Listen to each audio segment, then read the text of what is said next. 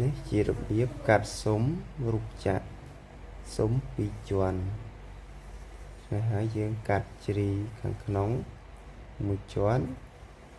និងជ្រីខាងក្រៅមួយជាន់នឹងយើងកាត់ប្រើមកចាប់តាមមួយចំហៀងសិនណានេះយើងប្រើដេចគោលសម្រាប់វាយស៊ុំភ្ជាប់គ្នានឹងយើងមានដេចគោល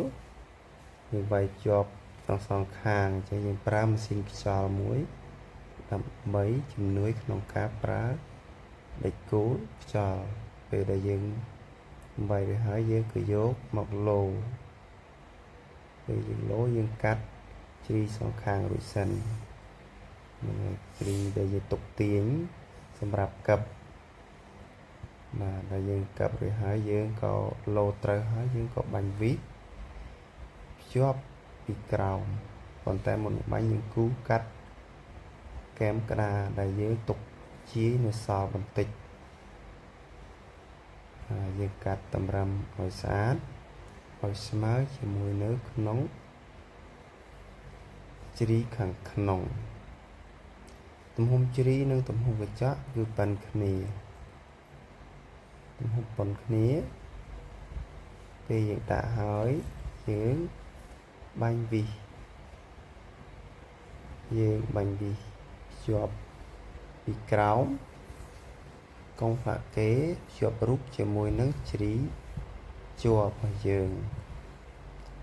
តបមកយើងក៏បាញ់វិសពីក្រោយឲ្យរាងញឹកបន្តិចកុំឲ្យវាខ្ទងបាទយើងបាញ់រាងញឹកវិសតូចពីល្អិតពីនេះប្រហែលជាមួយហ៊ុនអញ្ចឹងយើងបាញ់ឲ្យរាងញឹកបន្តិចមកដើម្បីកុំឲ្យក្តារកុងផ្លាកេប៉ោងហើយយើងបាញ់វិតិចពីប៉ោងណាយើងរួចយើងបាញ់ទឹកសាប៊ូជូតកញ្ចក់ឲ្យវាថ្លាស្អាតអញ្ចឹងហើយបានយើងអាចដាក់រូបចូលប៉ុន្តែរូបមុននឹងដាក់យើងពិនិត្យមើលឲ្យស្អាតសិនឲ្យមានសម្រាមមានអីអញ្ចឹងហើយយើងដាក់រួចហើយយើងក៏យកស្គុតមួយស្គុតមកបិទអញ្ចឹងយើងមើលក្លាប់មើលស្អាតកុំឲ្យច្រាស់វាទៅនឹងឲ្យត្រូវរូបភាពអញ្ចឹងទៅយើងចំណាំយើងសនុកយើងចាប់ក្រវិលព្យូនឹងឲ្យយើងដាក់រួចហើយយើងក៏យកស្គុតមួយសម្រាប់មកបិទយើងបិទនេះយើងបិទឲ្យវាស្អាតជាមួយនឹងក្របកັບដែលយើងកັບរូបភ្ជាប់ជាមួយ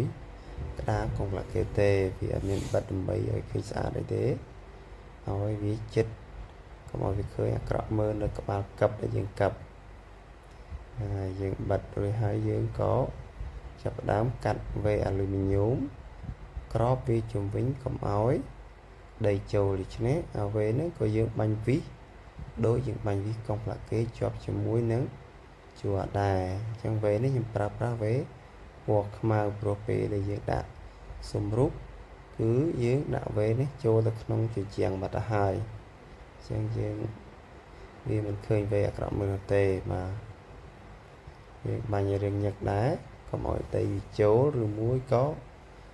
សัตว์កន្លាតទៅចូលហ្នឹងហើយស៊ុំរបស់យើងក៏បានរួចរាល់ជាស្ថាពរបាទ